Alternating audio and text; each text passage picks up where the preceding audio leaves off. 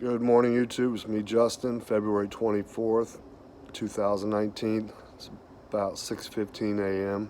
I'm going to do a quick video thanking the nurses and the nurse practitioners here at Hospice, and pretty much hospice all around the United States, and I'm not sure how they work in other countries, but before I get on to that, I just want to say the video that I uploaded yesterday was something my brother, a message he wanted to get out, and I'll get into the details further on down the road.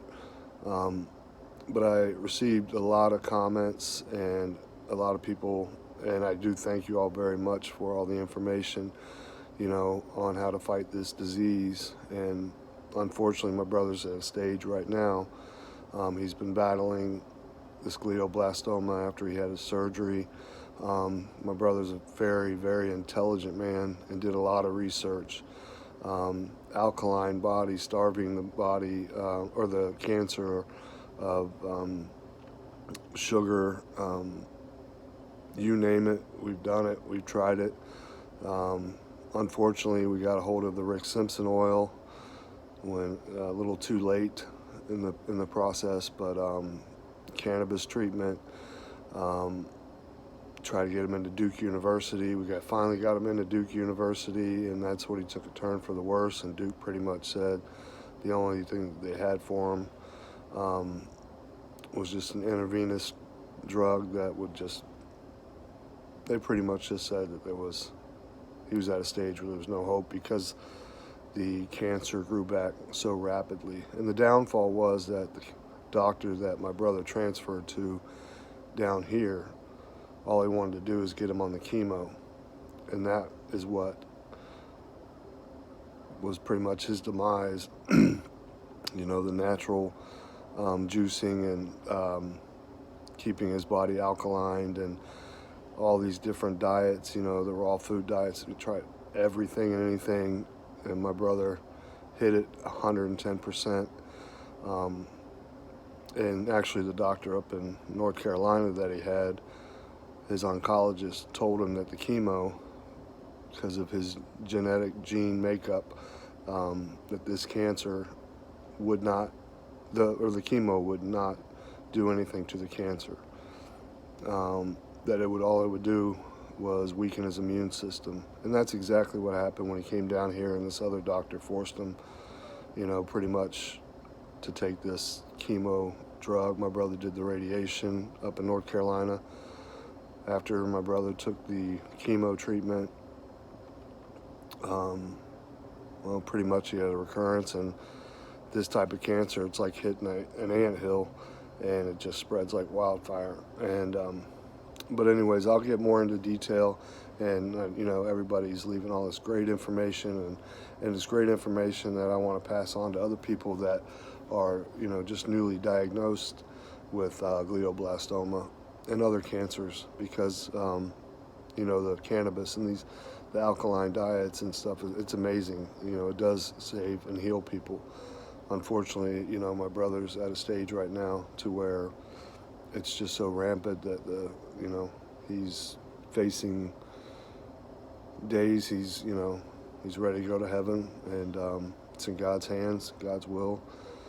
Do we want to lose him? Absolutely not. But the suffering is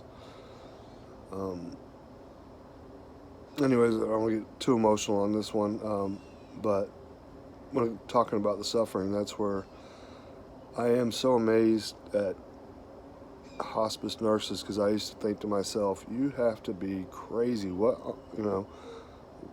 would you want to take a job to be a hospice nurse to watch people die every day?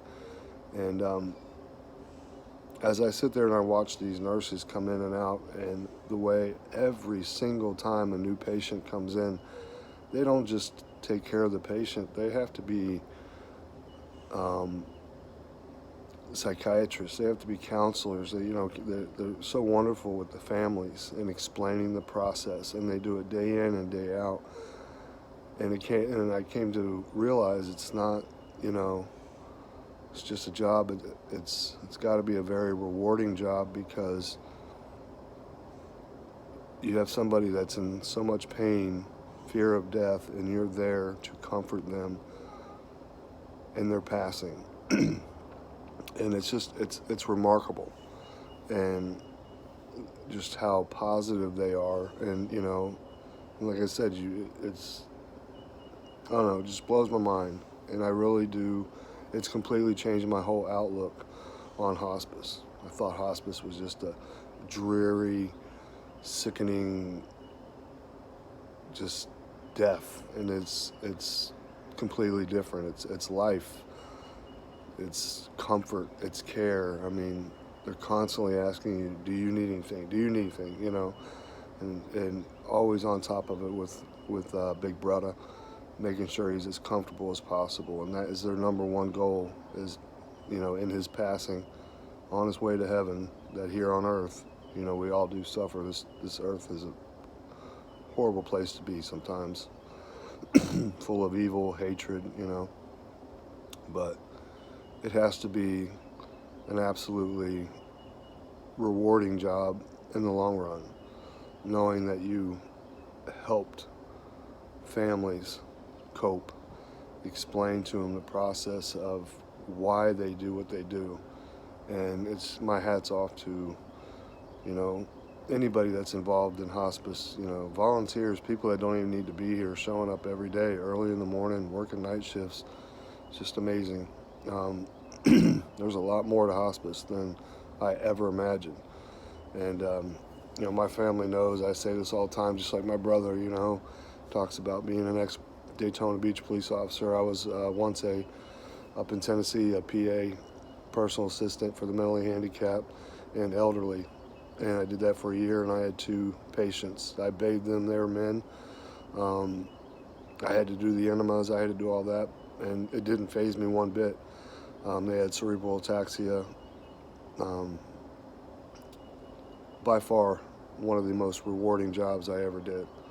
The pay was terrible, but that wasn't worried about that.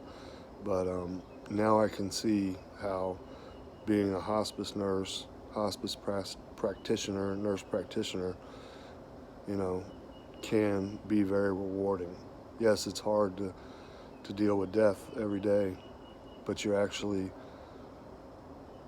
helping this person transition to the afterlife and keeping them extremely comfortable while in the process counseling the families and comforting the families day in and day out, because each time that door opens and a new patient comes in, the process starts all over. And I don't see frustration, I don't see exhaustion from these nurses. It's just their faces are lit up, and it's constantly, it's like, do you need anything, do you need anything, and they're here for the families and they're here for the patients. And they've been absolutely wonderful to Big Brother. But I just want to thank all the nurses here, and like I said, once again, nurse practitioners, even the cleaning women. They're just, everybody walks around here just wonderful people. And it takes a special person to be a hospice nurse, male or female, and it's amazing. It's been a total life-changing experience for me, and I know parts of my family as well. In times that, I don't want to lose Big Brother. My sister doesn't want to lose Big Brother. My dad doesn't. Missy, Jay, all the family, and this has actually brought all our family closer together. So God works in mysterious ways. But I do thank everybody for their comments, on all these treatments and stuff. But, we've tried them, and I think I'm going to focus this channel on, these alternative treatments for people, because that's what my brother would want. And, I had to swear to him that I would be going to Montana, not to give up on that dream. And I'll get more detail about the video yesterday. Some people were off put by it, with my brother crying, wanting to go home. There's a story that goes behind it, a very sad story. And I was going to get into it, make a documentary, more vindictive, but it's not going to do any good. So I'm just going to tell a little bit of what's going on, once he passes and goes to heaven, because everybody's like, he can be healed with the vitamin C injections and all that, and he's already crossed that threshold, and he doesn't have the fight in him because he doesn't want to fight. He wants to go to heaven, and he's fought a good hard fight. And when we brought him in, this Monday, tomorrow, will be 2 weeks, but he was given 3 days. So he's fought it, and he got to say his goodbyes to everybody. And now he's at a place that, as you see, he doesn't want to suffer. He's not suffering physically because the nurses are on top of it,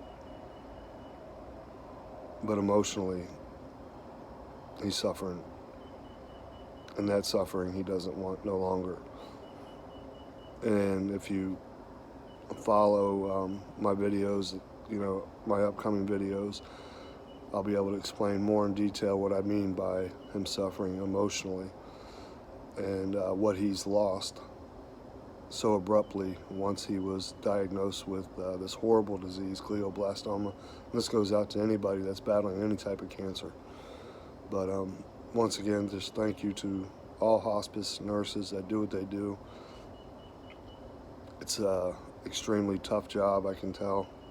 And you've got family members that are just out of control.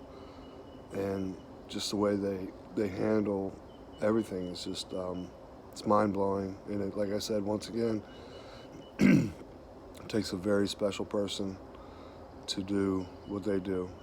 And even the volunteers, who would want to volunteer at hospice, seeing death every day? But it's not even like seeing death in a negative way. It's helping them pass comfortably and with dignity. It's beautiful. Still hurts, still sad. But anyways, so if you're interested, in the next couple days, I'll do some more videos and get more into more detail. Sorry, I'm very tired. It was a peaceful night, so did get some sleep. That was a good thing. Big brother slept very well through the night. So anyways, thank you all for the support. Fear no man, never fear death. Get right with God, fight the good fight, and always stay locked and loaded. God bless. Stay safe.